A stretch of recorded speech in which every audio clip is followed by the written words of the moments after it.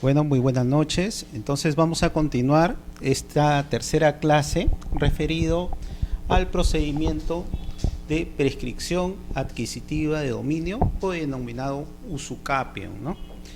Habríamos ya en una primera clase dado los fundamentos objetivos o subjetivos del usucapión y en todo caso en referencia un poco a la interpretación del bien de dominio, el bien de propiedad inmueble supeditado al bien común, que el artículo 70 no era impedimento de la Constitución Política en referencia a esta figura. Asimismo, habíamos hablado en referencia a las concordancias del Código Civil en cuanto a interés público, que se podría determinar también en base del fundamento de la usucapión. Y por qué no decirlo, ¿no?, que cogiendo la teoría económica del derecho, incluso esta figura procura un poco más hacer que las personas puedan invertir, que las personas puedan explotar económicamente los bienes y no dejarlos a la deriva sin que éste cumple el fin del derecho de propiedad. Habíamos referido también que una cosa es el derecho que yo tengo sobre el bien, ¿no? Esta figura del derecho que nosotros hemos creado para desenvolvernos en sociedad. Habíamos hablado que en todo caso el derecho lo que busca es eso, es reglamentar los comportamientos sociales entre las personas, ¿no?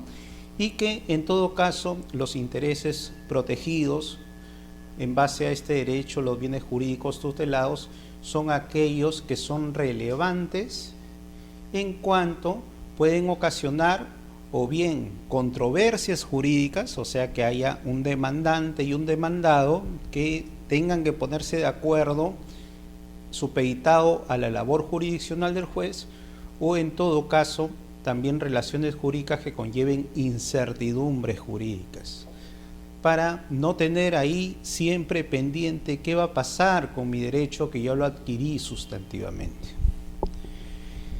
En referencia a la prescripción adquisitiva de dominio, habíamos dicho que es un modo originario de la propiedad, ¿no?, por cuanto esta se basa en la posesión en calidad de propietario bajo ciertos plazos. Habíamos hablado del plazo ordinario, ¿no?, o el plazo corto de 5 años cuando teníamos justo título y buena fe. Y cuando no teníamos justo título y buena fe, el plazo extraordinario de 10 años. Pero en ambos casos, sea ordinario o extraordinario, se necesita una posesión como propietario constante, pacífica y pública. Habíamos hecho referencia en cuanto el título que va a dar origen a la inscripción es en base a este procedimiento de prescripción adquisitiva de dominio. Es decir, yo ya tengo el derecho adquirido sustantivamente por haber cumplido el plazo y por haber tomado los requisitos necesarios por la norma. Es un derecho sustantivo que yo lo adquirí conforme el artículo 950 del Código Civil, ¿no? Yo ya adquirí ese derecho. Ahora, pero ¿cómo puedo hacer valer ese derecho hacia los demás? Es decir, exteriorizar ese derecho que he adquirido. Y básicamente es con la publicidad que brinda registros públicos, ya que al momento que uno inscribe el derecho de propiedad es que este derecho queda publicitado hacia los demás. ¿Cómo están? ¿Cómo están, señores? Buenas noches. Más o menos estaba haciendo un recuento de lo que era la prescripción adquisitiva de dominio, ¿no? Prescripción adquisitiva de dominio o denominado usucapio. Y habíamos dicho que esta prescripción adquisitiva de dominio usucapio se daba bajo la figura que es una adquisición originaria. ¿Por qué es una adquisición originaria? Básicamente porque es la interrelación de la persona en referencia al bien, a la casa, ¿ya? ¿Y cómo se produce eso? Por la posesión.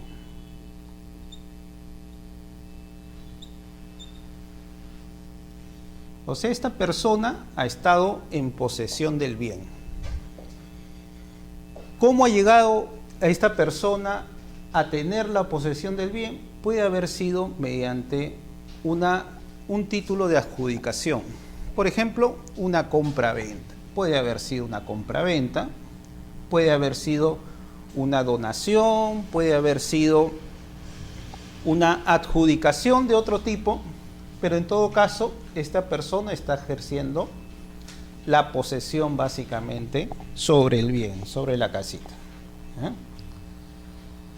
Entonces, ¿por qué no se inscribió si yo tengo el contrato de compra-venta? Lo que pasa es que esta persona, cuando adquiere la casa por este título, lo adquiere de una persona que no es propietario. Y como lo adquiere de alguien que no es propietario, no le es factible inscribir su derecho, que ya ha ganado con la posesión de propiedad inmueble, en registros públicos. Por eso es que no puede inscribir. Y otra condición es que esta persona lo compró creyendo que el que se lo vendía era propietario. Entonces lo compró de buena fe. Y habíamos visto un caso particular, ¿no? que me explicaba acá la señorita, que me decía que había unos asociados que habían comprado una asociación, creo, ¿no? ¿Algo así era? Habían conformado una asociación para regularizar la compra que habían hecho a aquella persona que en aquel entonces decía que era propietario, pero después se determinó que no era el propietario, sino el propietario era otra persona. Entonces, estas personas que compraron tuvieron su título, puede ser una compra-venta, una adjudicación u otro tipo de título. Lo que pasa es que tiene que ser un título válido, ¿ya? No un título por ahí que la persona tenga un defecto que no pueda constituir lo que nosotros los abogados llamamos un negocio jurídico. ¿Y cuáles títulos no pueden ser negocios jurídicos? Ahí nos emplayamos de otra cosa. Por ejemplo, si tú lo compras a una persona que no tiene capacidad, o sea, que una persona que no tiene el razonamiento, el entendimiento de lo que está realizando, entonces esos contratos son nulos y ahí viene una causal de nulidad, ¿ya? Cuando lo compras, pero un poco llevado por el error de que tú creías que no estaba celebrando el contrato, o él creía que no estaba celebrando el contrato de adjudicación, pero al final se estaba adjudicando el bien, o tú compras un bien creyendo que es otro bien. Entonces, hay varias formas que los actos jurídicos pueden ser declarados nulos y pueden ser declarados anulables. Pero en todo caso, acá tenemos un título que tiene que ser un título válido. Un título válido. ¿Qué significa un título válido? Que no tenga defectos de nulidad, ¿ya? No tenga defectos de nulidad. La nulidad del acto jurídico está taxativamente en el artículo 20-19 del Código Civil y dice que un acto jurídico nulo no produce efectos porque en la estructura de su composición está mal realizado, por eso se dice acto jurídico nulo. Pero acá no tiene que haber nulidad, no nulidad.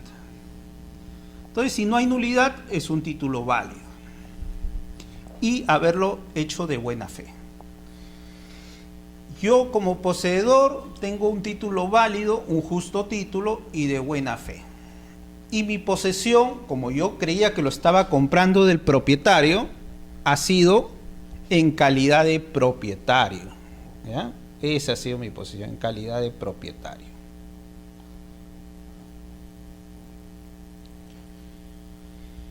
y yo he estado en posesión del bien en calidad de propietario con un justo título y con buena fe. Y mi posesión ha sido constante, pacífica y pública. Constante, ¿no? No necesariamente todos los días, todas las horas vivir en la casa. Porque puede ser que yo viaje y no necesariamente por eso dejo de ser posesionario directo de la casa. Sino que se dice que es constante cuando no ha habido interrupción en cuanto a ese plazo. O sea, nadie me ha sacado violentamente, nadie me ha despojado de mi posesión, ¿no? Pacífico. Por ejemplo, esas personas que adquirieron han estado viviendo ahí y nadie les ha dicho nada, hasta que de pronto surgió un propietario que le dice, no, el que te vendió no era el propietario, pero era pacífico, ¿no? Y era público,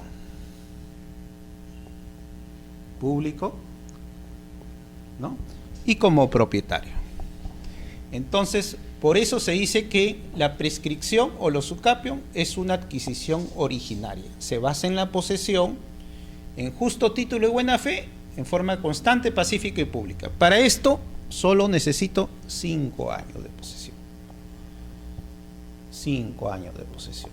Cuando estamos hablando de bienes inmuebles. Cuando estamos hablando de bienes muebles, son 2 años desde que te entregaron el bien por la tradición. O sea, te dieron el bien a ti, el bien mueble.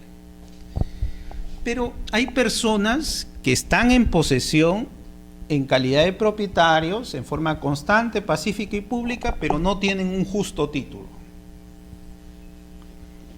No tienen un justo título. Y por lo tanto, al no tener un justo título, tampoco contienen una buena fe en la adquisición, ¿no? Entonces ellos están ahí como poseedores porque puede ser que hayan usurpado en un inicio la casa, o en todo caso se hayan adueñado simplemente de la casa.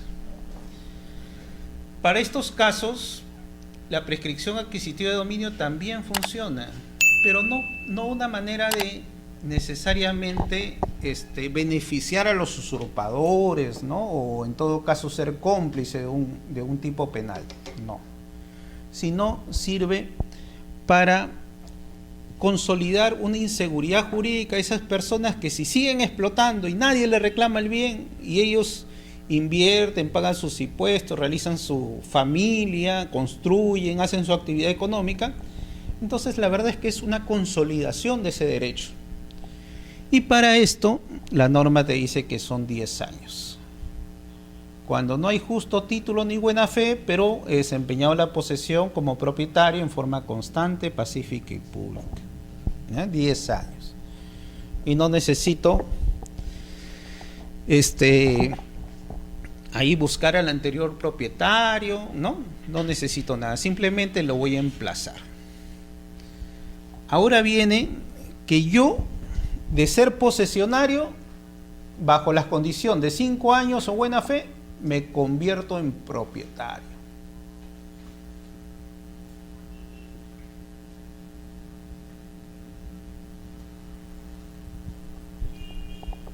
De ser posesionario me convierto en propietario. Y ese derecho se convierte simplemente por la posesión y con estas condiciones y bajo el plazo debido. ¿Y qué me diferencia? Si igual sigo en la misma casa, poseyendo en forma pacífica, pública, continua, sigo explotando, pero ¿qué me diferencia que ahora sea propietario? Que si viene el que era titular, que era el otro propietario, el antiguo propietario, el propietario antiguo, si viene y me dice, ¿sabes qué? Por reivindicación, devuélveme mi casa, te dice. ¿Y por qué la reivindicación? ¿Qué es la reivindicación? Es un proceso judicial por la cual el propietario puede quitar los bienes a aquella persona que los esté usando y que no sea de su propiedad. Entonces viene el propietario y me dice, por reivindicación, devuélveme mi casa. Entonces esta persona, vía excepción, vía contestación de la demanda o en todo caso en referencia al mejor derecho de propiedad, él dirá, no, porque yo soy propietario, porque yo adquirí el bien mediante la usucapium, prescripción adquisitiva de dominio. Entonces ahí el juez va a tener que dilucidar. Tenemos un propietario antiguo que nunca le interesó su casa y un posesionario que ya ganó el derecho de propiedad y que sigue en posesión y ejerciendo de manera constante, pacífica y pura. Entonces, lo más probable es que ahora que él es el nuevo propietario, ya este propietario quede sin derecho de reclamar algo que nunca le interesó simplemente, ¿no? Entonces, eso es el efecto de entre haber sido posesionario y ahora ser propietario. ¿Y por qué? Porque se dice que el derecho de propiedad es un derecho real más completo. El derecho de propiedad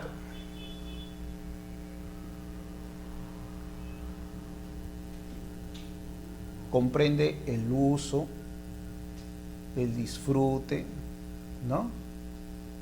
La reivindicación,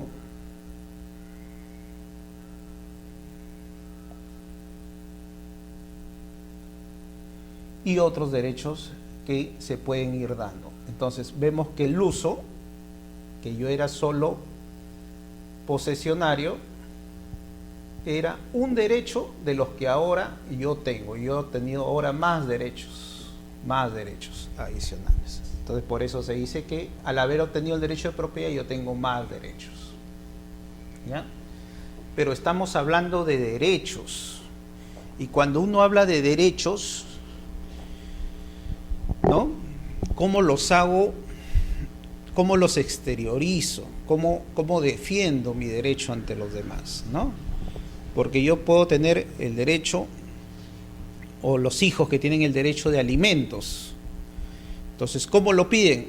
Hacen su proceso judicial de alimentos, ¿no?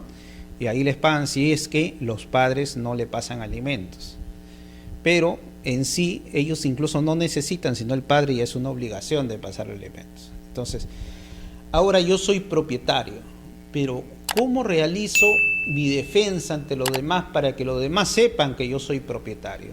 Porque yo el derecho ya lo tengo, pero ¿cómo lo hago? Me voy a un proceso de prescripción adquisitiva de dominio, ¿ya? Para eso existen los procesos. El proceso de prescripción adquisitiva de dominio. Y este proceso lo puedo llevar a cabo en forma judicial y también lo puedo llevar en la vía notarial. ¿Cómo lo hago en la vía judicial? Interpongo mi demanda con sello de abogado, adjunto las pruebas, al juez le determino los hechos y en su caso le digo quién es el propietario para que él lo pueda emplazar a ese propietario, y si esa persona se opone, el juez va a valer o va a sopesar a quién le va a la razón judicialmente, ¿ya?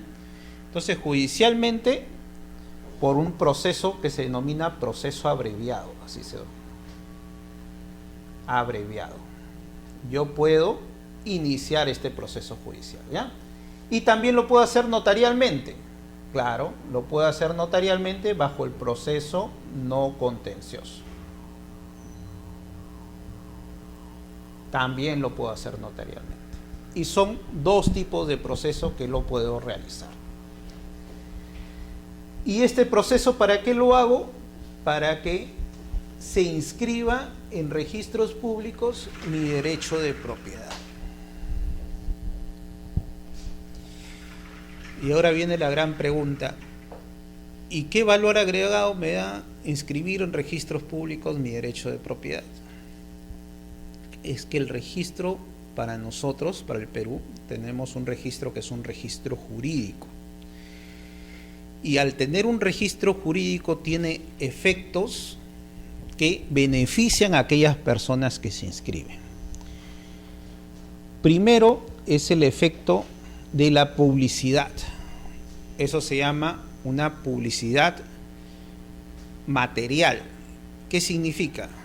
Que es el conocimiento que todos, la ley les impone a saber qué es lo que está inscrito, ¿ya? Entonces, la publicidad. Ese es el primer efecto que voy a tener cuando inscribo en registros, la publicidad, ¿no?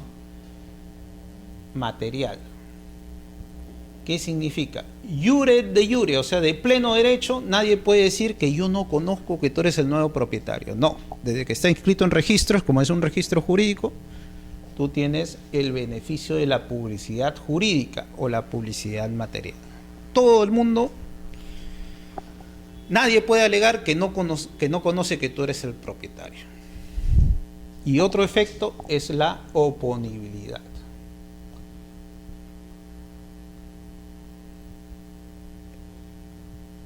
¿Qué significa la oponibilidad? Que si alguien dice que también tiene el derecho de propiedad, tu derecho tiene preferencia porque está inscrito en registros públicos. Entonces, eso es lo que se busca en estos procedimientos de prescripción adquisitiva de dominio, ¿ya? En una primera clase empezamos más o menos viendo la historia, ¿no?, del derecho romano, cómo surge esta figura, los efectos legales de la Constitución, del Código Civil, las normas que amparaban estos procesos, ¿no? En una segunda clase ya hemos visto la función de este procedimiento y cómo va a ser este procedimiento en cuanto a estos derechos. Y ahora estamos entrando un poquito más a lo que es ya la inscripción en los registros públicos, la inscripción. Que eso es lo que busca,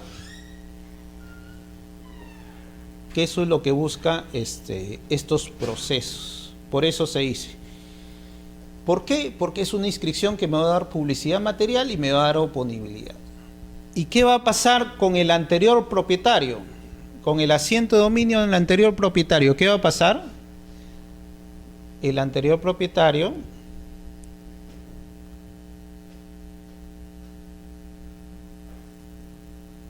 lo que va a pasar es que se va a cancelar en registros públicos, se cancela en registros públicos su derecho de dominio del anterior propietario. Y ahora el nuevo propietario que ha adquirido por la prescripción es el que va a tener estos beneficios y estos derechos, ¿ya? Una especie de consolidar ese derecho para darle protección. En nuestro sistema peruano, cuando uno transfiere las propiedades, no es necesario inscribirlo en registros públicos, no hay obligación. En otros países sí, por ejemplo en Alemania sí se puede, en Austria también se da, nosotros no. Pero la ventaja que tenemos, al igual que en España, que si inscribimos nuestro derecho, obtenemos estos beneficios: la publicidad material, el conocimiento general que todos deben tener de nuestro derecho y la oponibilidad de nuestro derecho. Son beneficios agregados. Por eso es que se recomienda inscribir, ¿no?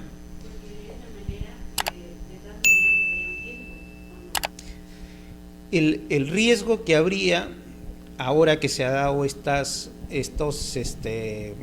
noticias en cuanto a suplantación de identidad de personas, ¿no?, en cuanto a títulos fraudulentos que puedan ingresar a registros y obtener esta publicidad, es un riesgo que, sin embargo, no necesariamente puede derrumbar nuestro sistema registral de seguridad, porque todos, por más seguro que tengamos la casa con chapa, con candado, todo puesto, ¿no?, el ladrón que quiere robar va a buscar al menos dónde meterse o cómo meterse, ¿no? Entonces, pero nosotros amparamos nuestro derecho con cierta seguridad, y para eso sirve el registro, para brindar seguridad y protección, ¿no? Ahora que haya gente pues que se dedique a lo que es realizar ilícitos penales, ¿no?, ahí puede un poco, no mucho, porque al revés, cuando yo me voy a la vía judicial, el juez puede cancelar todos los asientos y decir que vuelva yo a tener mi derecho, pero quizá con un costo adicional, pues, ¿no? Pero en todo caso lo que se busca es esto, porque en registros públicos existe un principio, bueno, existen varios principios. Y dentro de los principios, ¿no?, tenemos el principio de legitimación.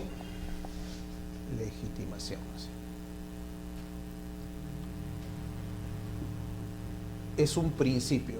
¿Y qué cosa es este principio de legitimación? Este principio de legitimación te dice que todo lo que está inscrito se considera exacto y válido, ¿no?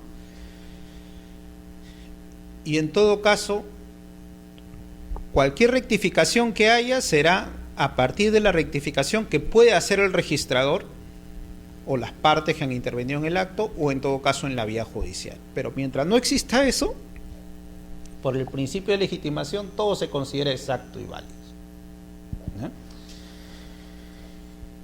Y no para el caso de prescripción adquisitiva de dominio, pero sí para el caso cuando yo compro una casa conociendo quién es el vendedor en registros públicos. Existe otro principio que me ampara, que es la buena fe registral. Buena fe registral. Esto se da para el caso de adquisiciones derivadas, cuando yo pago un precio por la compra-venta. Entonces, cuando yo estoy en registros públicos inscrito porque compré a quien figuraba como propietario en registros, entonces, si el asiento anterior al mío, o sea, del que me vendió, tenía causa de nulidad, anulabilidad, etcétera, ¿ya?, le pueden cancelar su asiento de él, pero en el caso mío, todavía yo sigo conservando mi derecho, pero esos son para títulos que yo he adquirido a manera onerosa, o sea, pagando el precio. No es aplicable a las prescripciones adquisitivas de dominio porque ahí no hay un precio que yo he pagado, sino yo el derecho lo he obtenido por la posesión, en forma originaria. Así es, ¿ya? Es diferente.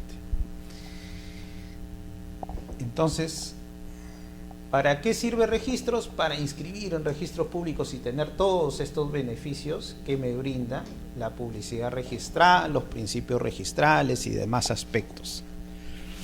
Por eso el Código Civil, incluso cuando dice quien adquiere por prescripción puede entablar juicio para que se le declare propietario, eso puede, no debe interpretarse como un debe, sino si yo quiero inscribir en registros y publicitar mi derecho, lo puedo hacer, ¿ya?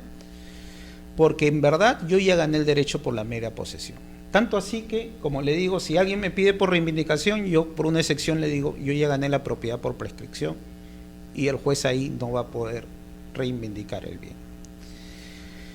¿Y qué efectos tiene la sentencia judicial? Si yo me voy a la vía judicial, el juez lo que hace es dictamina una resolución tipo declarativo, no constitutivo. Él simplemente declara, comprobando el hecho que pasó el plazo y que yo ya soy propietario. Por eso es declarativo. Y los efectos se retrotraen desde la fecha misma de la posesión. Entonces, ahí hay beneficios que permiten estos procesos. Habíamos hablado de la naturaleza también de la prescripción adquisitiva de dominio, y más profundizando que en verdad es un proceso contencioso. Pero muy aparte de eso, habíamos dicho que en nuestra legislación como que se han ampliado facultades al notario, viendo la prescripción adquisitiva de dominio como si fuera no contencioso, lo cual era un contrasentido, porque si voy a quitarle el dominio a alguien, de todas maneras esa persona va a verse perjudicada y yo voy a verme beneficiado. O sea, de todas maneras hay dos intereses ahí que están en contraste.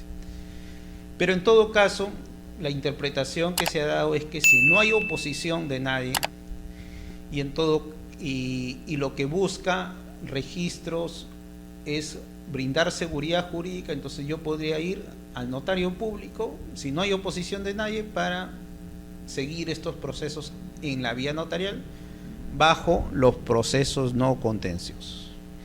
Y ahí habíamos visto también una diferencia del juez con el notario. Habíamos dicho que el juez y el notario.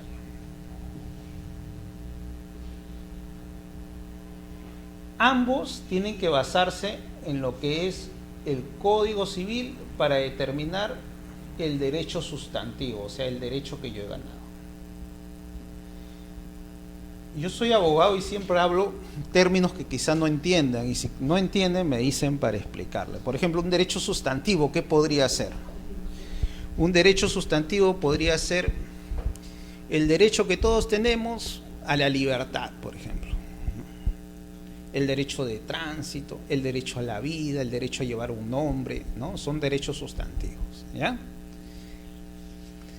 Y para estos derechos sustantivos, en este caso el Código Civil me habla de la prescripción adquisitiva de dominio como una adquisición de propiedad originaria, ¿no? Esto está en el Código Civil. Entonces el juez y el notario van a ver pues que esté amparado bajo estos presupuestos de posesión constante, pacífica, pública, etcétera, ¿eh?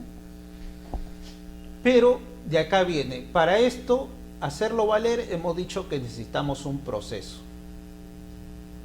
¿Y cómo ve el juez este proceso? Cuando yo lo planteo en la vía judicial, tengo que recurrir a lo que es el Código Procesal Civil. Y bajo esos términos, plantear mi demanda de prescripción adquisitiva de dominio. El Código Procesal Civil, ¿ya? Y cuando revisamos el Código Procesal Civil vemos que los títulos supletorios, rectificación de áreas, prescripciones adquisitivas se llevan por los procesos abreviados, así se llama. Procesos abreviados, ¿ya? Que son procesos ni tan cortos ni tan largos porque necesita cierta seguridad y el juez va a valorar pruebas, ¿no? Entonces, y esto se inicia con una demanda. ¿Y qué es una demanda? Una demanda es cuando yo, con mi derecho, le pido al juez que él declare mi derecho para poderlo inscribir en registro público, en este caso es la prescripción adquisitiva de dominio. Es el primer escrito que se presenta en un proceso judicial, así se llama demanda, ¿ya? Cuando esta demanda es admitida, se llama el auto admisorio de demanda, ¿no? Y así continuamos los procesos. Incluso acá pueden haber instancias. Cuando el juez me dice que no, quizá el tribunal me diga que sí, o en todo caso envía casación. Entonces, y estas son las demandas que existen. En los notarios, por ejemplo, es diferente. En los notarios, ellos no van a aplicar primero el Código Procesal Civil, sino ellos aplican las normas procedimentales del notario, la ley del notariado. Y en su caso, también van a aplicar las normas procedimentales de la ley 27157, 27333 y las normas del Decreto Supremo 035/2006 vivienda. ¿No? Es diferente. En la vía notarial no hay instancias. Entonces, si el notario al final determina que no procede, no procede. Yo no puedo apelar ante una instancia superior en la vía notarial. No hay instancia. Si me dice que no procede, entonces me voy a la vía judicial. O en todo caso, me voy a otro notario. También podría darse el caso. Acá, cuando hay una oposición, se llama contestación de la demanda. O sea, aquella persona, por ejemplo, el propietario puede contestar la demanda y decir que no, que esa persona no es posesionario, como en calidad de propietario, sino es mi arrendatario. Yo le arriendo el bien. Y se puede dar eso en el proceso judicial. ¿Ya? O pueden participar otras personas que digan, no, eso pertenece a mi padre, que está en el extranjero, pero yo quiero participar ahí porque yo tengo interés, ¿no? Y en todo caso contribuyen a estos procesos. Una reconvención, otra persona puede decir, no, si yo le compré ese bien a él no es el propietario, ¿no? Yo lo he dejado que él siga viviendo ahí porque vamos a formalizar después nuestra transferencia, pero entonces reconviene, pone otro objeto, pero eso se presenta en los procesos judiciales.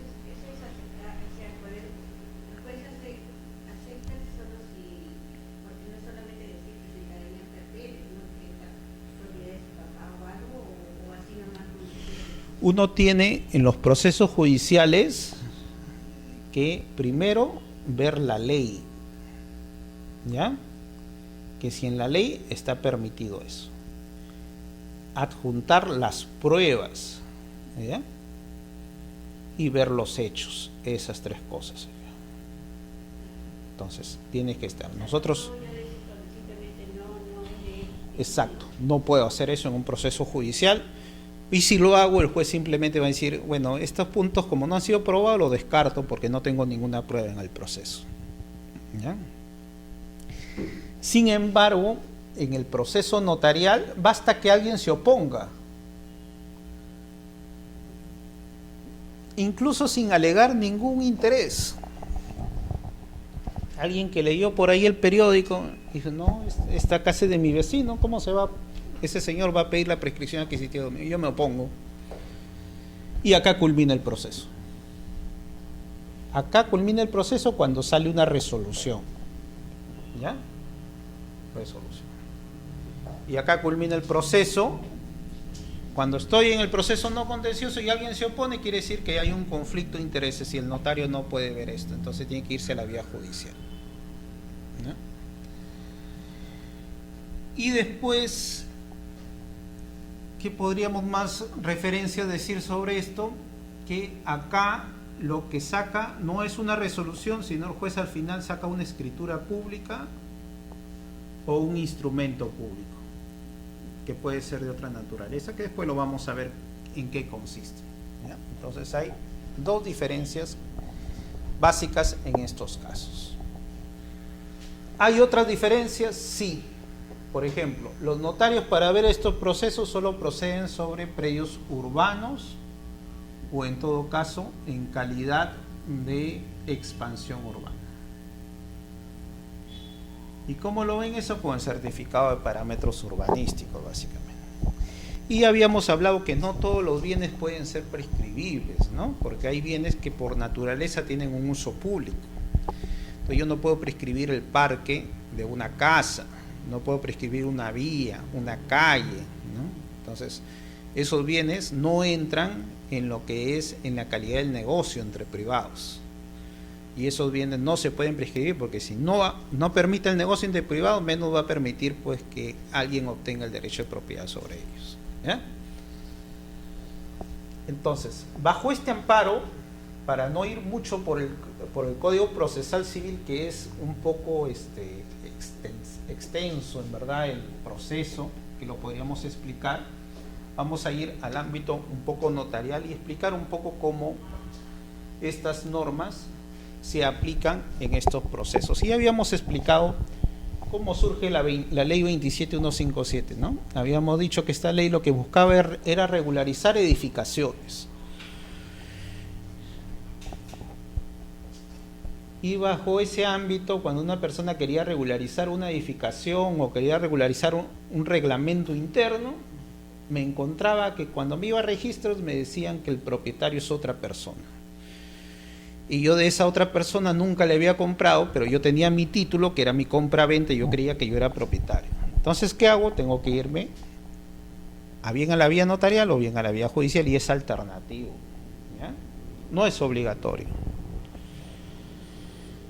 Y si me iba a la vía notarial, ya el notario, como le digo, primero va a tener que ver estos procesos, y cuando vea todas estas normas que amparan al notario público, al último va a ver el Código Procesal Civil, cuando acá no hay nada que haga referencia al proceso. Entonces, habíamos visto, el notario, en referencia a la prescripción adquisitiva de dominio, ¿qué tipo de prescripción puede ver? La de 10 años. ¿Ya? O sea que aquella que es constante, pacífica, pública como propietario, pero no tiene ni justo título ni buena fe. ¿Ya? Esa de 10 años. Segundo, procede en predios urbanos o que se encuentren en proyectos de habilitación urbana, ¿no? Y me explicaba que era arquitecta, ¿no? ¿Usted qué profesión tiene? También, ¿no? Ah, ya. Usted es su mamá, entonces. Que me explicaste que tu mamá es. Ah, ya. Entonces, ¿cómo yo llego a determinar que un predio es urbano? Cuando ha habido, por parte de la municipalidad, un procedimiento administrativo, ¿no?, denominado habilitación urbana.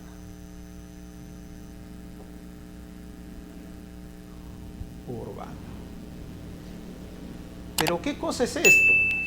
Es que yo tenía un predio que era rústico, ¿no?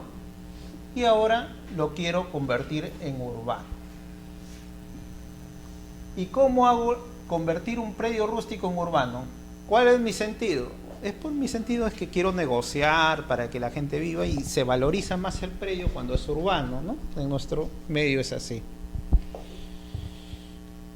Los naturalistas dicen que es un contrasentido, ¿no? Porque dice, un predio urbano solo te sirve para vivir, un predio rústico te sirve, te da alimentos, te da comida, te da otros beneficios. Y sin embargo, valorizamos más nosotros un predio que se va desgastando por la misma convivencia de la comunidad, ¿no? O sea,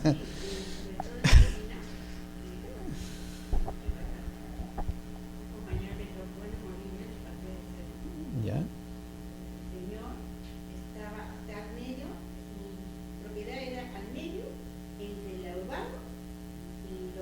Y lo rústico. Pero era un ejemplo, una Así es. Él había construido en lo rústico una casota, está construida, una Ya. casota de primera, y como era solo nada más una división, y ahí tenía pues, todas las instalaciones sanitarias y la había jalado, ¿no? La jaló nomás. Jaló. Y se ahorró todo el proceso. Entonces, pero Claro. el técnico que fue a levantar tenía todo de primera, piso, tal. Claro. Entonces, pero él pagaba como rústico. Claro. Pero él, como no hay colecciones de ingresos en la municipalidad, es lo que se sabe. Entonces el señor, que como duró el catastro a 1 año y medio, a los 8 meses tiene, porque es un proceso, dice, ¿por qué me han subido? Porque esto, y él prueba de que es rústico. Claro. Entonces, ¿cómo me lo van a subir casi al 100% a todo, que para aquí, que para allá? Y en realidad no se podía hacer, y lo retiraron al técnico. Lo retiraron. Así es. Porque él vino a decir, bueno. Claro, Pero es que. no es justo, pues. No Claro. es justo por lo que está pagando. Porque lo rústico es poquísimo. Lo rústico es menos, se valoriza y menos, ¿no? solamente tenía la construcción del cerco y el municipal. Ya. Es Alguien que sabe de cuántas personas, de repente tienen más proyectos con sus abogados y todo, ahí acá lado, ¿no? Claro, pero en el solo hecho de ya contar con servicios básicos, de ya tener incluso implementos de acceso como pistas u otros, ya la naturaleza ya no es necesariamente urbano, sino estamos hablando de estos de expansión urbana. Entonces, lo que hubiera hecho la municipalidad en su caso es ver la necesidad del cambio de zonificación en ese lado, claro, y de ahí partir para después ya aplicar la tasa respectiva de urbano. Claro. Claro, pero para eso le se ha puesto mojo la municipalidad. Sí, Por eso pues. es muy bueno, como dice el catastro. El catastro. Ya determinan las zonas en las que se pueden convertir ya a Claro. urbanos. Nuestro catastro va progresando poco a poco porque en verdad es bien costoso, ¿no? Hacer un catastro y mantenerlo actualizado, peor todavía. Ahora los beneficios que le da la municipalidad son estos, pues que va a empezar a cobrar más, mejor, va a saber distribuir más incluso su inversión, ¿no? Porque si ellos ven que ya el señor hizo y quizá otros por ahí también hayan hecho lo mismo, ya la municipalidad puede poner una inversión por ahí para que esa zona ya quede consolidada urbana, ¿no? Uh-huh. El abogado solo dijo de que quería hacer con el tiempo, porque hasta ahí llegaba la pista. Claro. ¿No? Ya. Hasta ahí llegaba la pista, pero él tenía la parte del cerro. Claro. ¿No? Claro que le había costado su inversión, le había costado todo, pero era rústico. Uh-huh. ¿No? Entonces iban a planear cómo iban a cambiar de zonificación, ¿no? Claro. Ahora también el problema que se presenta en un área urbana a diferencia de un área rústica, quizá en un área rústica uno puede edificar una casa hasta de 3, 4 pisos, ¿no? Con todas sus comodidades. Pero ahí, si es que no se abastece de servicios esenciales de la comunidad que está en la parte urbana, si no tiene sus medios, sus pozos, o en todo caso sus generadores, ¿no? Ahí no hay mucho problema porque no hay afectación a la densidad poblacional, no hay afectación a servicios básicos, no se está restando una necesidad de la colectividad, ¿no? Bueno, la persona pues se beneficia de un predio que tiene.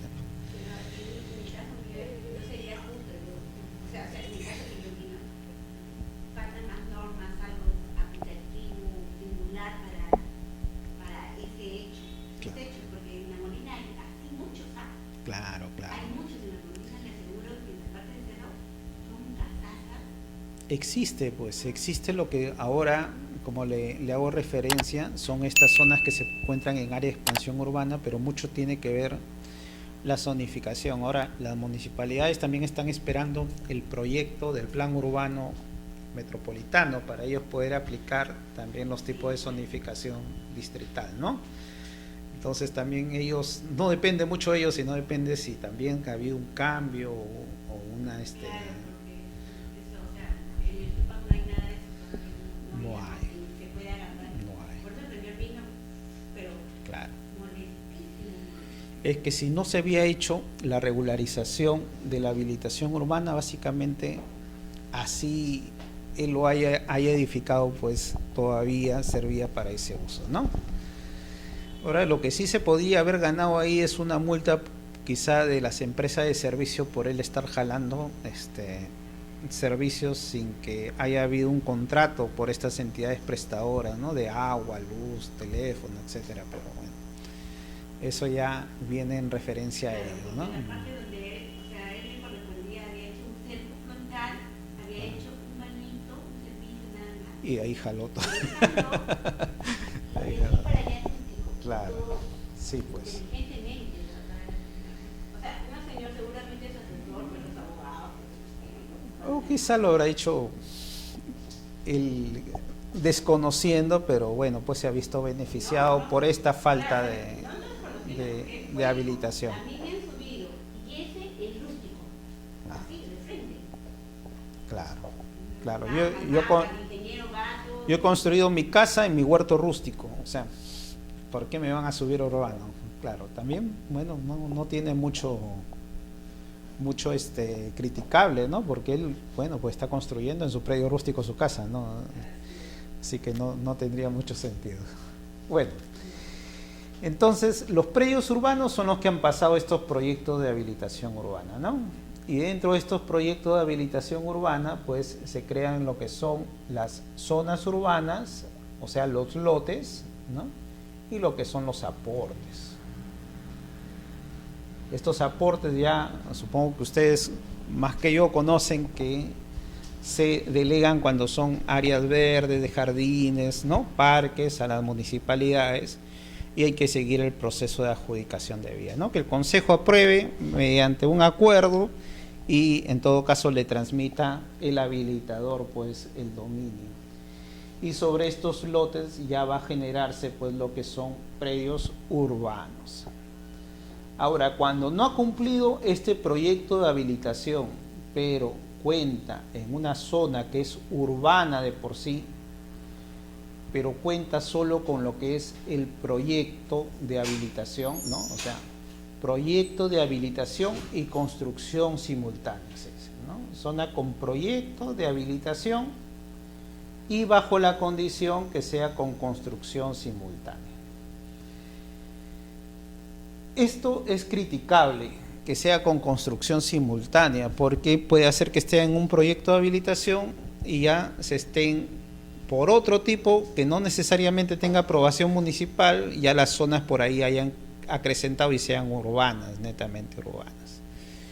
Se dijo que era la condición para que los notarios vean estos lotes que, a pesar que no han cumplido su proceso de habilitación urbana, sin embargo solo cuentan con proyectos, que los vean los notarios, porque cuando se hablaba de construcción simultánea se debe entender que ya la municipalidad había probado que ellos puedan construir casas. Y como le digo, en un origen surge para regularizar casas. Ahora que la ley incluso dice que uno puede prescribir incluso en terrenos, y a este sentido que el proyecto de habilitación cuente con construcción simultánea ya no tiene mucho sentido, pero originalmente se dijo así. Y otro habla de zonas urbanas, ¿no? Zonas urbanas consolidadas. ¿Y qué son las zonas urbanas consolidadas? Las zonas urbanas consolidadas son aquellas áreas pues que no ha habido proceso de habilitación urbana, no ha habido proyectos, pero ya las casas y los servicios, tanto de agua, luz, teléfono, transporte, ya de hecho han hecho que eso sea una zona urbana, a pesar que no cuentan con este procedimiento administrativo, ¿no? Municipal. Entonces, cuando ya cuentan con agua, luz, teléfono, entonces estamos hablando que estamos en este tipo de predios que son zonas urbanas consolidadas.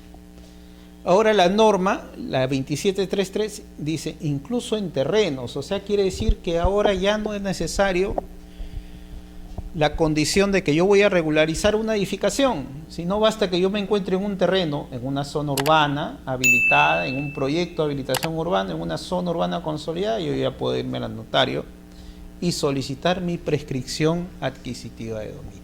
¿Ya?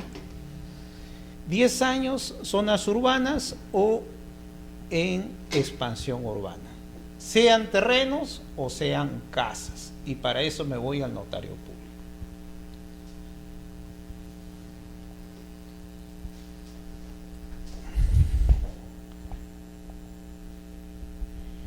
La vía procedimental se dice se tramita como asuntos no contenciosos de competencia notarial, así se llama el procedimiento en la vía notarial.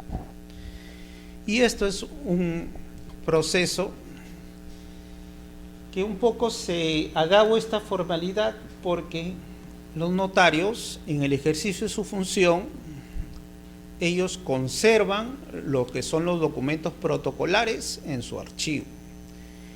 Y es de gran trascendencia conservar para ellos estas pruebas que las personas han realizado en estos procesos notariales, ¿no? Entonces, todo lo que son las minutas, las solicitudes, los autovalúos, los certificados de posesión, aquellas municipalidades que lo dan, ¿no? Las declaraciones de los vecinos, todo eso el notario lo conserva en su protocolo notarial, así se llama, protocolo notarial.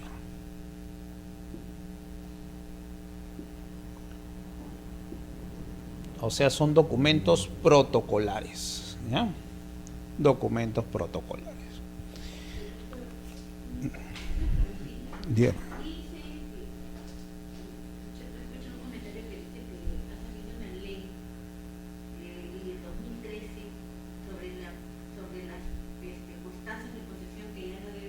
Ya no deberían darse. Sí.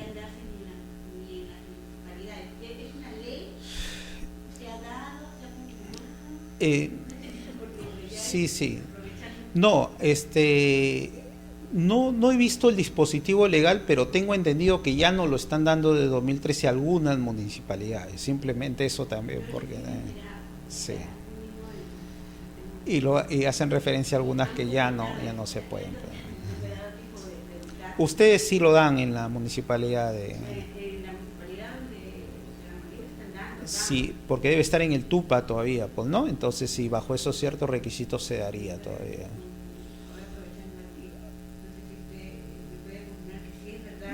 Lo voy a buscar y ahí le doy en la próxima clase ese dispositivo. ¿Ya? Ok. Ya, entonces, hablamos del protocolo notarial. ¿Y qué es el protocolo notarial? Son documentos que el notario conserva en los originales, ¿ya? Por ejemplo, cuando yo realizo la compra-venta de una casa, esto va en el registro de escrituras públicas. Cuando yo realizo un testamento, va en el registro de testamentos. un testamento por escritura pública, etcétera, ¿no? Va en el registro de testamentos. Cuando yo realizo un protesto de un título o valor, en el registro de protestos. Cuando hago o someto un bien como es, por ejemplo, un vehículo en garantía, en una garantía mobiliaria, va al registro de garantías mobiliarias.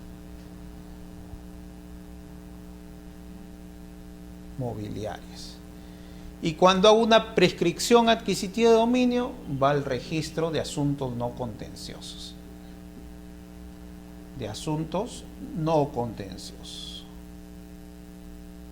Entonces, en este registro del protocolo del notario es que se conservan estos tipos de procesos. Y esto está o surgió bajo el amparo de la ley 26662, ¿ya? Los procesos no contenciosos.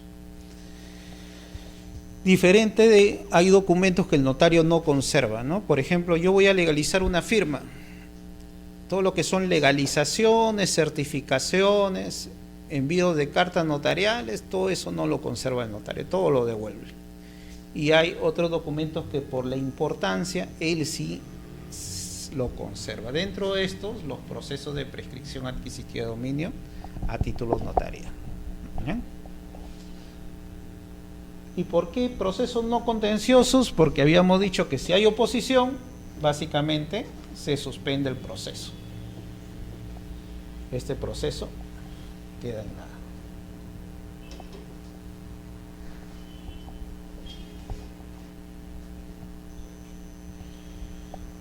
En cuanto a la competencia notarial, habíamos visto que también en nuestra historia o en el interior del país todavía hay notarios que no son abogados, bajo el amparo de las antiguas disposiciones notariales que permitían la designación dentro de el interior del país a gente que era reconocida y que cumplía la función notaria. Pero en estos procesos de prescripción adquisitiva de dominio, como estamos hablando cuestiones de derecho, entonces sí se necesita que el notario sea abogado. En cuanto a la competencia, el notario dentro del distrito notarial donde se ubica el inmueble. Por ejemplo, nosotros tenemos ahorita, estamos en el distrito notarial de Lima. Y bajo el amparo del distrito notarial de Lima, todos los distritos que quedan en Lima, capital, ¿no? Sea Lince, Jesús María, ¿no? Miraflores, La Molina, etcétera, todos estos pertenecen al distrito notarial de Lima. Y hay otro distrito notarial que es el distrito notarial del Callao, ¿no? Y ahí tenemos pues La Punta, ¿no? Todos los distritos del Callao y también Lima provincia, Huacho, Huaral, Barranca, etcétera, todo eso es del Callao. Entonces, si una casa se ubica, por ejemplo, en San Isidro, entonces un notario puede hacer de Lima, Jesús María, ¿no? Miraflores, La Molina, puede tomar competencia en ver el proceso de prescripción adquisitiva de esta casa porque está dentro del distrito notarial de Lima, ¿ya? Pero un notario del Callao no tendría competencia para ver una casa que se encuentre en Lima. ¿Y eso por qué? Porque dentro del proceso se da lo que es el acta de concurrencia, por la cual el notario se va a acercar a la casa y va a ver si la posesión es pacífica, ¿ya? Habíamos dicho constante, pacífica y continua, ¿no? Se debe acercar a la casa y él levanta un acta de presencia, ¿eh? Y él va a determinar, yendo a los vecinos, a los colindantes, ¿no? Si en verdad esa persona vive ahí, porque ¿quién mejor testigo que los mismos vecinos que conocen toda la vida de uno, ¿no? Por más que sean al costado, ¿no? Entonces, ¿quién mejor que ellos? Va, le toca la casa al costado. Y él le va a decir si en verdad vive o no vive ahí, ¿no? Y él levanta un acta notarial, ¿eh? Y acá quizá hay algo que podamos nosotros determinar. ¿Qué diferencia hay entre escritura pública y qué diferencia hay entre acta notarial? ¿No? Una escritura pública se da cuando ha habido un negocio jurídico. ¿Qué significa? Un contrato, por ejemplo. Entonces, cuando hay contratos, se dan lo que son escrituras públicas. Y actas son cuando no son contratos, sino cuando el notario presencia un hecho jurídico. Entonces, cuando el notario se acerca a la casa y él inspecciona las características de la casa, ve cómo está distribuido, ve dónde está ubicado, ¿no? Entonces, él lo único que está constatando son hechos, ¿ya? Por eso es que levanta un acta notarial de presencia, se llama. Y por eso el notario tiene que ser del distrito notarial, ¿no? No hay que hacer esos notarios que eran de provincia y que vendían Casa de Lima, ¿se acuerdan? Que salieron noticias, ¿no? Acá no se puede dar eso, ¿ya? Y no es competente cuando está en procesos de formalización de otra entidad del Estado como es COFOPRI, ¿no? En estos procesos también de formalización de titulación, ¿no? Para que no haya contrariedad entre a quién declara COFOPRI como propietario y después quién declara el notario como propietario y al final no vamos a un juicio. Entonces no se puede dar eso, ¿ya? ¿Cómo se inicia este proceso? Igual que en los procesos judiciales, que le dije se inicia con la demanda, acá también se debe iniciar, pero con una solicitud, simplemente. Una solicitud. Yo voy al notario y solicito la prescripción adquisitiva de dominio. ¿Qué debo demostrar en esa solicitud? Debo demostrar primero los hechos, ¿no? Yo alego la posesión, alego el plazo de posesión, alego, ¿no?, que ha sido constante, pacífico, público como propietario, el plazo más de 10 años a más, la posesión que lo tengo ahí y adjunto las pruebas. Y las pruebas pueden ser pues diversos tipos de pruebas, ¿no?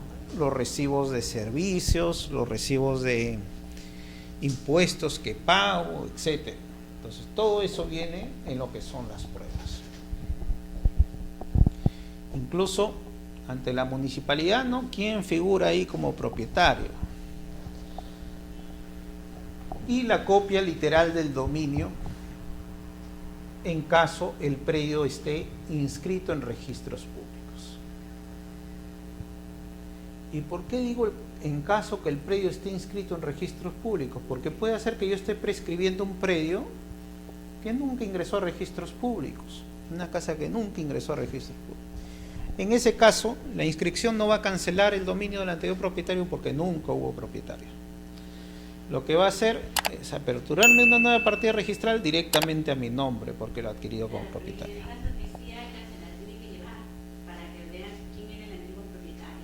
En el caso que sí esté inscrito, acá tengo que llevar mi copia literal. ¿Qué cosa es la copia literal? La copia literal es una publicidad. Habíamos hablado de la publicidad material, que nadie debe decir, no conozco lo que figura en registros. Hay una publicidad formal, que son los diversos tipos de certificados que emite registros públicos. Registros públicos pueden emitir, por ejemplo, un certificado de búsqueda catastral, ¿no? Yo adjunto mi plano perimétrico, mi plano de ubicación, mi memoria descriptiva y catastro de registros me dice en qué partida se encuentra ese bien. Y una vez que tenga la partida, saco mi copia literal de dominio. ¿Por qué? Porque cuando lleve la prescripción adquisitiva de dominio, lo que va a hacer el anterior propietario va a ser cancelar el asiento de dominio. El dominio del anterior propietario.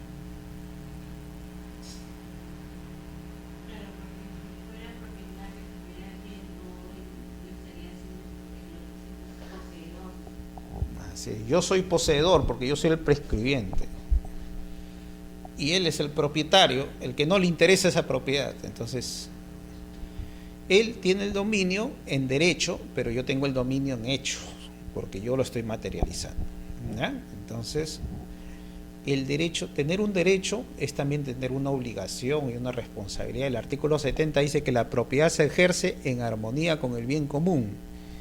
¿Qué quiere decir? Quiere decir que yo no puedo hacer uso y abuso de mi derecho de propiedad. O sea, ponerme a comprar todas las casas y que nadie haga nada. Entonces, ¿qué va a pasar con esa comunidad?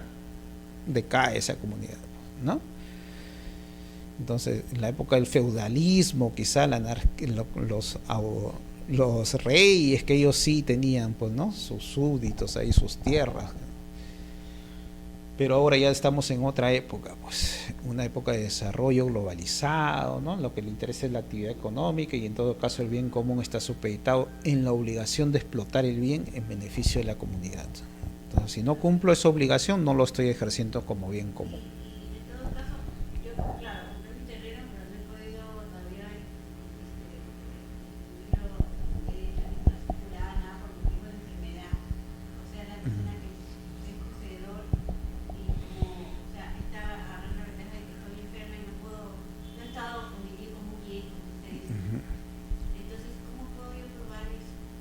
Ya, claro. Lo que pasa es que por eso es que te dan un plazo razonable, ¿no? Acá te dan 10 años. Ya, si en 10 años tú lo dejas y no haces nada, significa, ¿qué puede significar? Que no te interesa simplemente eso, ¿ya? Entonces, si fuera más cortito, ahí sí, ¿no? Incluso en España son 20 años y 30 años si las personas no están dentro de la ciudad. Entonces nosotros tenemos un poco más de benevolencia, decimos solo 10 años nomás, incluso prescripción larga, y ya son 30 años si es prescripción larga. Nosotros, bueno, 10 y 5 años. Entonces lo que se busca esto, como le digo, es conocer quién es el propietario. ¿Y por qué es necesario conocer al propietario? Porque la prescripción la debo seguir contra este titular registral si el bien está inscrito. Y eso también me conlleva a tener que decirle que registros públicos, aparte de esos beneficios de la publicidad, también brinda seguridad jurídica, que es una llavecita más que damos a la casa para que esté segura. Y la seguridad jurídica tiene dos vertientes. Primero, la seguridad estática. ¿Qué quiere decir?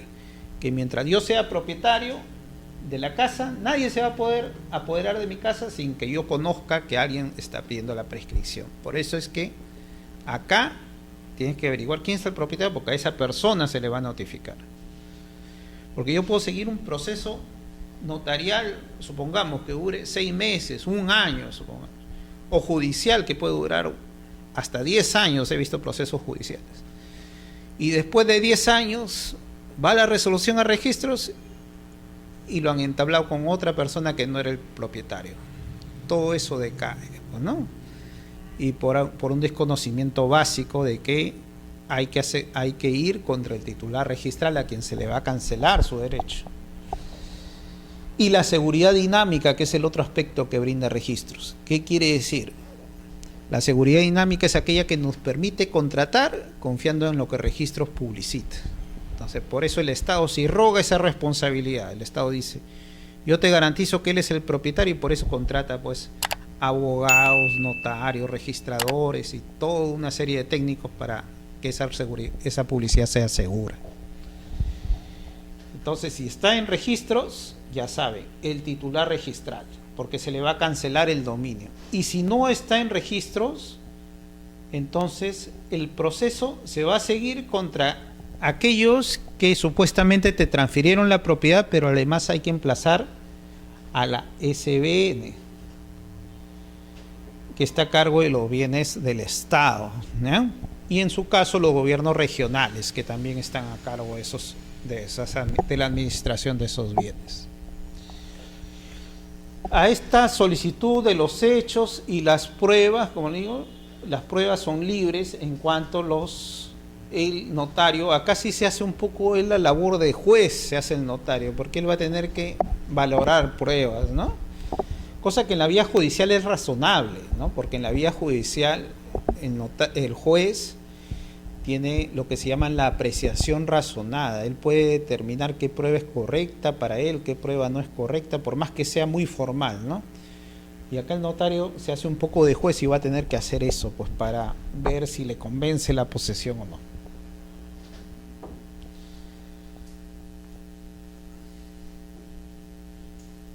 Él también, nosotros nos encontramos bajo un sistema que se llama, nuestro sistema es el de legalidad.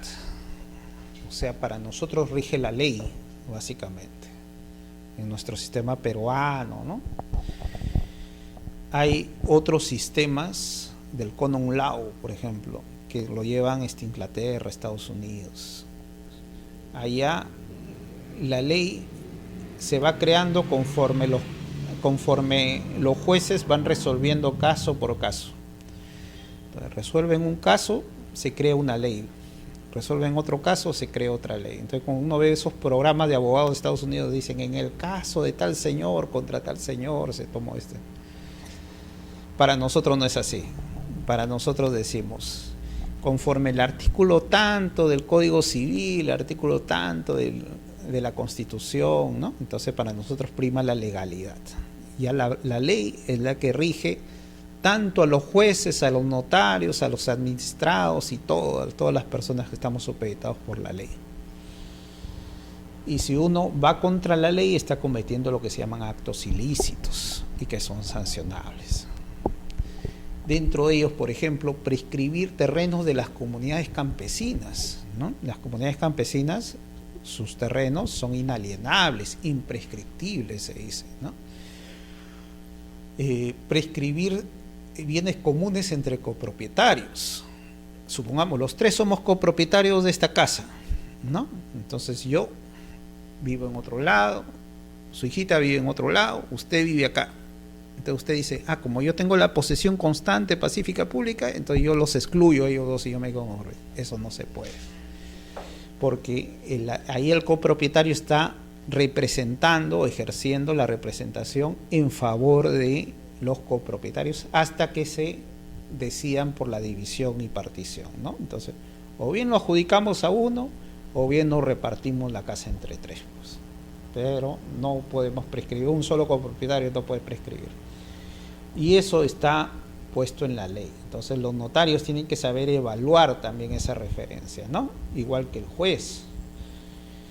El juez que no ve, no contempla la ley y saca su resolución, él hace un delito de prevaricato, que le puede constar incluso no solo sanciones administrativas, sino penales, ¿no? Entonces pueden hasta meterlo preso, aparte de dejar la función de juez. Todo eso está supeditado en nuestro sistema legal, ¿no? Entonces el notario en este caso verifica la solicitud en cuanto a los requisitos básicos del artículo 505 del Código Procesal Civil, donde se haya hecho referencia pues a la posesión, a cómo se obtuvo la posesión. Porque si yo digo, estoy viviendo en esta casa en forma pública, constante, pacífica, más de 10 años, y esto se originó a que yo arrendé la casa, quiere decir que yo no estoy como posesionario en calidad de propietario, sino estoy como posesionario en calidad de arrendatario. Y un arrendatario no puede quitarle la propiedad a su arrendador, porque él la posesión la está ejerciendo solo por el uso, porque paga una mensualidad, y si dejó de pagar la mensualidad, en todo caso es un precario, ¿no? Y en su mente de él puede hacer que diga, yo ya dejé de ser arrendatario porque no pago la mensualidad, pero eso no quita que haya un hecho externo que en verdad le haya cambiado esa posición. ¿Ya? Eso también tiene que ser evaluado por el propietario. Un guardián, ¿no? Nuestros hijos no pueden prescribir contra nosotros, ¿no? Diciendo, mi hijo ya cumplió 18 años, ya papá, yo te voy a entablar proceso y te voy a cancelar tu dominio, así que ahora la casa es mía. No, no puede ser así, ¿no?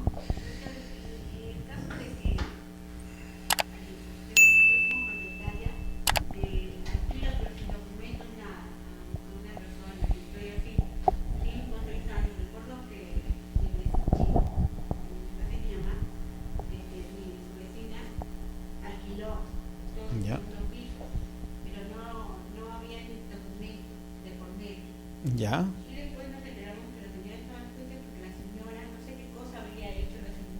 Ya.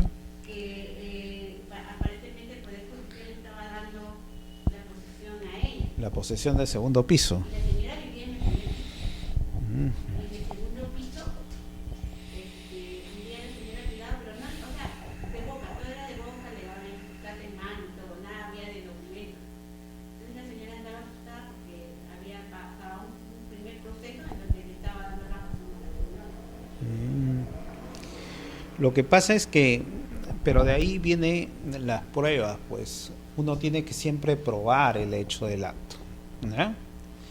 Entonces puede hacer que ahí la prueba radique en que hubo un contrato, pero no un contrato formal, o sea, no un contrato formalizado, pero sí ha habido, eso no quita que haya habido el contrato, que haya sido bajo la forma verbal, porque el arrendamiento no necesariamente te dice que tiene que ser por escrito, ya las partes pueden establecer que sea por escrito, que sea por escritura pública, que sea inscrito en registros públicos, etcétera. Entonces ahí hay un contrato por un convenio entre las dos personas, que fue verbalmente. Y bueno, los hechos, ¿cómo lo demuestra? Hubiera sido pertinente que al menos pues ella junte pruebas, declaraciones o hechos que la calidad arrendataria de esa persona y no es propietaria, ¿no? Quizá recibitos que le haya dado, no sé, por ahí, nada. La señora, hasta el último, no sé qué hizo, pero duró como 3 años. La señora Bueno, los procesos de desalojo no son tan rápidos, o sea, sí duran, pues lastimosamente.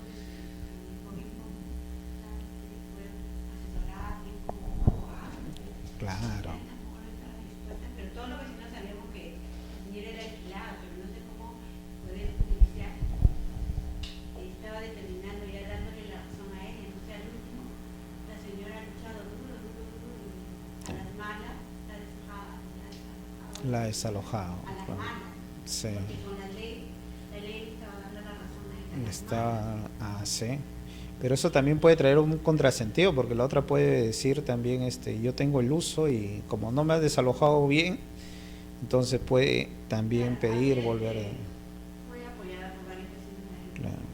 No en parte de mi mamá, porque pero No, sí, sí. lo fuerte que hubo. Lastimosamente, pues, es el peligro del arrendador, ¿no? Siempre se ve un poco en esa incertidumbre, porque la misma ley y los mismos jueces, como dices, no contemplan, pues, estos derechos, ¿no? Entonces, titubean mucho en un derecho que es clarísimo, pues, o sea, nadie puede prescribir un servidor de la posesión, o en este caso un poseedor directo no puede prescribir contra un poseedor indirecto, o sea, es algo sencillo y básico.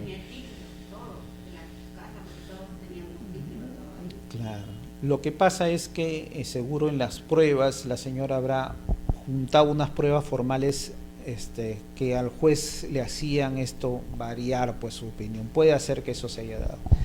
Y esa es la particularidad de nuestro sistema. Para nosotros la prueba escrita es de gran relevancia. En el Common Law la prueba escrita no interesa mucho, más interesan las declaraciones.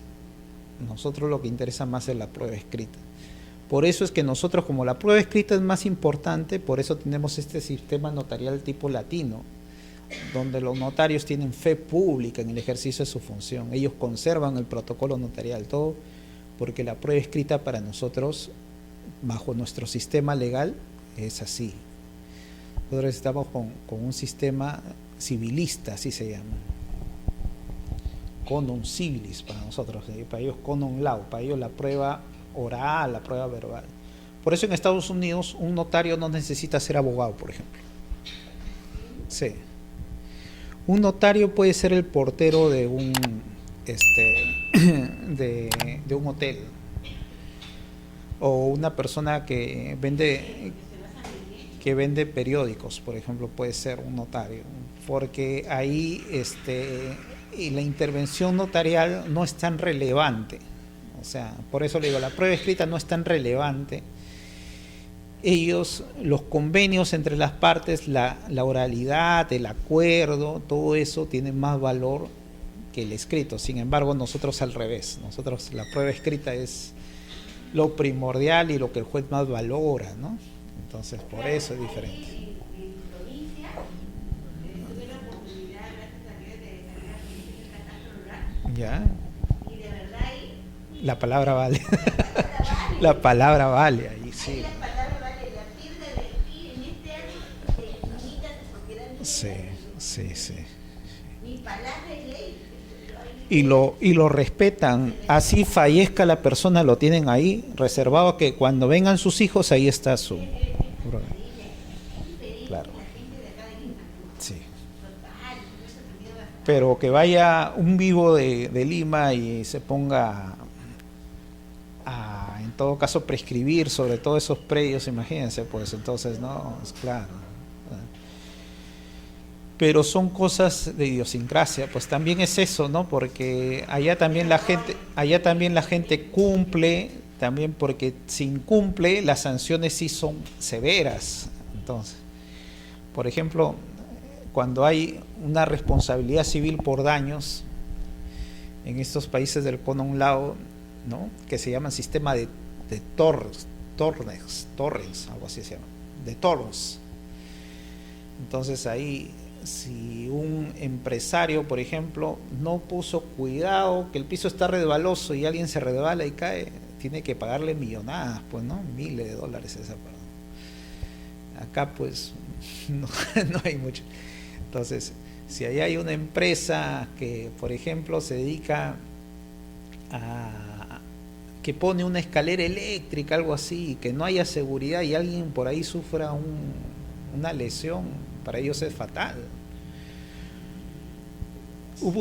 También hay un poco de exageración. Por ejemplo, una señora, que es un caso emblemático en Estados Unidos, se llama Estela, que por ella se hace la fundación o el grupo Estela de las mejores demandas del mundo, que se quemó con una taza de café porque la puso entre sus piernas y la taza no decía cuidado que es agua caliente y que te puedes quemar, ¿no?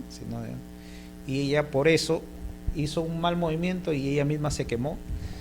Ella demandó pues a McDonald's, lo demandó por $2.9 millones. Entonces, imagínense. Bueno, nos estamos ya saliendo un poco del tema. Ya. Entonces, vamos a continuar con disposiciones de publicación, ¿no? Como todo proceso, en estos casos hay obligación del notario de dar a entender a cualquier persona que se sienta afectada mediante 3 publicaciones en 2 periódicos, en el peruano y en otro de amplia circulación nacional. Son 3 publicaciones por intervalo de 3 días. Esto muy aparte de las notificaciones que hay que darle al titular registral que va a ser afectado con el derecho, ¿ya? Entonces siempre averiguar quién es el titular registral, averiguar dónde vive. Ahora, si no conocemos dónde vive, agotar los medios se dice para ubicar a esa persona. Si no, mediante declaración jurada, le damos a entender al notario, al igual que lo podemos hacer en el proceso judicial, al juez, decirle que ya hemos agotado todos los medios y no hemos encontrado su dirección. Claro, para que cuando pueda acercarse después que nosotros. Exacto. Se le notificó, se le notificó. Entonces, Todavía tiene esas mensajitas, ¿no? y acá todavía puede enterarse al menos que por una publicación, y no hay quien de todas maneras chequee el periódico. A veces parece un imposible, pero sí se da en estos casos. En provincia incluso es más fuerte por la notificación radial, ¿no? Porque ahí los periódicos no circulan, la notificación radial es la que más se escucha. Sí, ¿no? Se enteran rápido de todo. En el pueblo Ya se enteraron de quién se metió en la casa de quién, y ahí sí. Pero acá es así. Y muchas veces pues que se agotan los medios para conocer estos domicilios de estas personas que no han continuado, no se han opuesto en estos procesos. Se aprovecha estas notificaciones edictales para también hacerles llegar a ellos pues la referencia de los mismos, ¿no? Pero la ley dice, hay que emplazar necesariamente a la persona de quien se afirma deriva el derecho invocado, al titular registral que es necesario, a los propietarios de los colindantes y en su caso de predios no inscritos, como le dije, a la SBN o los gobiernos regionales, ¿no?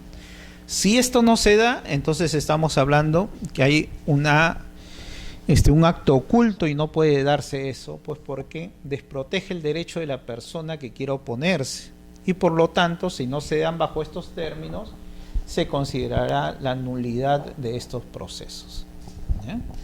Entonces existe, y no solo eso, ¿no? Hay también publicaciones en el acta de presencia cuando el notario se presenta y en todo caso levanta en su acta de presencia, él va a determinar que se pongan carteles incluso en el inmueble que este predio se está prescribiendo. Entonces tenemos las notificaciones directas, las notificaciones en registros mismos, porque también dentro del proceso uno puede pedir la anotación preventiva de lo que es la prescripción adquisitiva de dominio.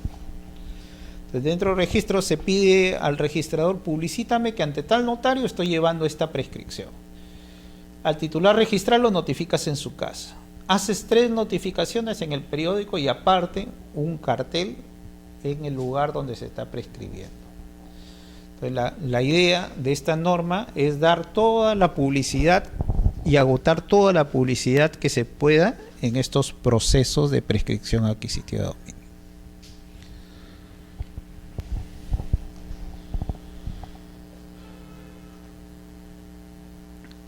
¿Y qué hace el notario al final? Cuando ya pasaron, la ley 2733 dice 25 días desde la última publicación en el periódico, ¿no? Que es un plazo razonable para que la gente haya podido acercarse o en todo caso enterarse de estos procesos. Tiene la referencia que si está haciendo lo que es la regularización de fábrica, completa el formulario registral. Si no, simplemente eleva escritura pública e incorpora todas las piezas procesales dadas, pues, ¿no? Y esta escritura pública es lo que va a dar derecho a que el registrador inscriba la prescripción adquisitiva de dominio en registros públicos. Ahora, los registradores en registros públicos hay un principio también denominado principio de titulación auténtica, ¿ya? Principio de titulación auténtica.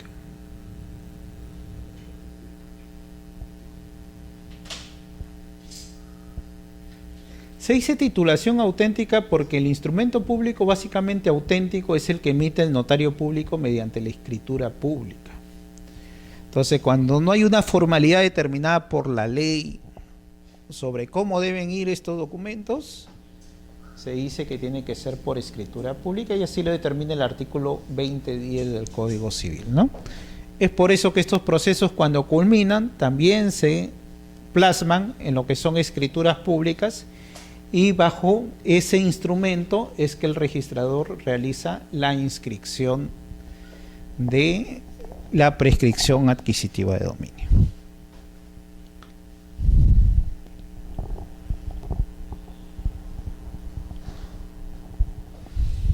Estas partes que son un poco las contrariedades legales literales, creo que no, bueno, más o menos le voy a comentar. Hay un decreto supremo 035/2006 que dice que el notario debe efectuar un acta notarial donde declara la prescripción adquisitiva de dominio. Y la ley 27333 que dice que tiene que ser una escritura pública. Entonces, como que hay un poco de controversia entre dos normas.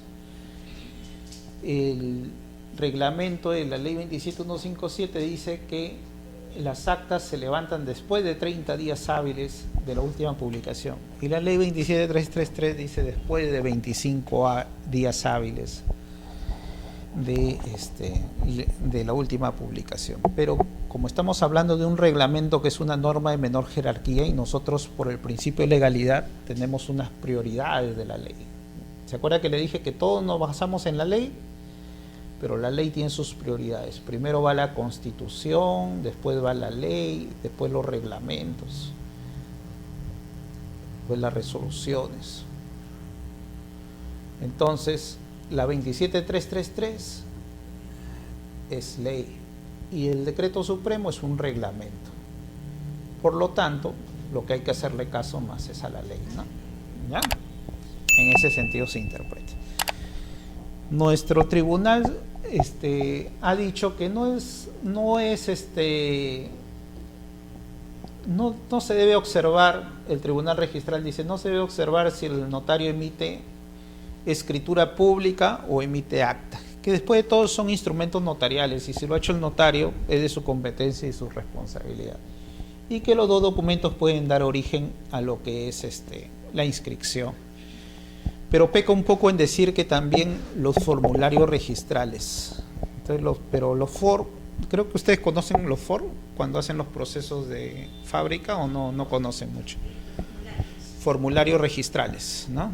Creo que cuando es municipal es FUE, Formulario Único de Edificación, y cuando es de registro se llama Formulario Registral, FOR. Y esos son documentos privados donde legalizan la firma. Pues entonces, el 2010 te dice que tiene que ser por escritura pública, salvo disposición en contrario. Pues entonces acá nos encontramos que la ley, mediante su reglamento, dice también completará el FOR. Entonces también un FOR podría dar mérito a inscribir una titularidad.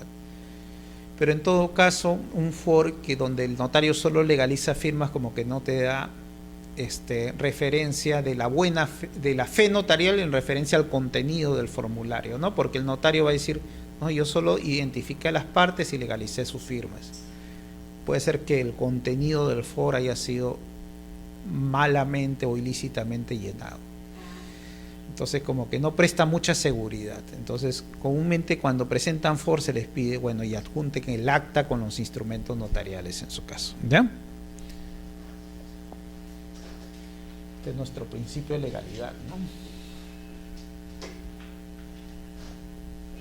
Esa pirámide la llamamos pirámide de Kelsen, porque Hans Kelsen hizo la formación. Entonces, en el proceso, uno ha ingresado su solicitud.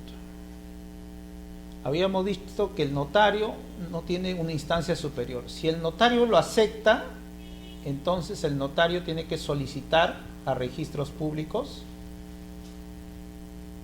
una anotación preventiva, así se llama, anotación preventiva. ¿Qué es eso de acá? Entonces, cuando el notario acepta la solicitud, ¿ya?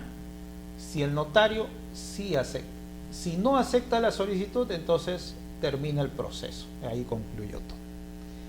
Si estamos dentro del proceso, el notario ha aceptado la solicitud, se dan las publicaciones, se da la visita del notario, ¿no?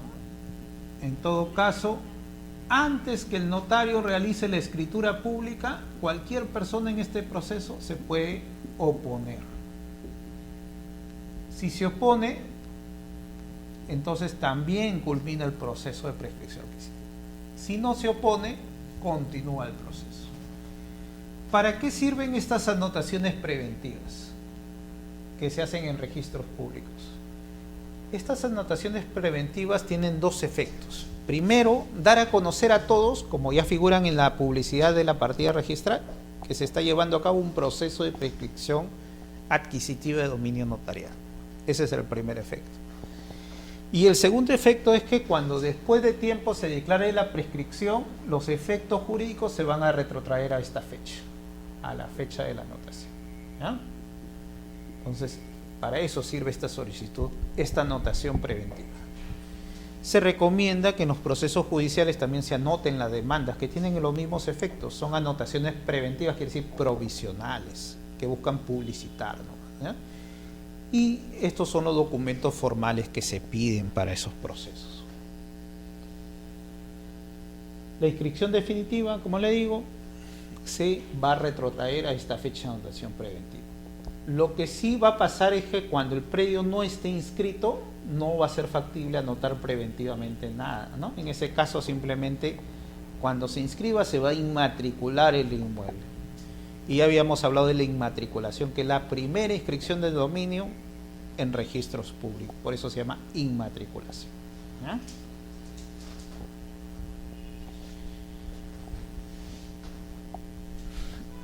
En otro lado se llama matriculación, que así debería ser, ¿no? Matriculación, porque recién se está matriculando, pero nosotros le llamamos inmatriculación.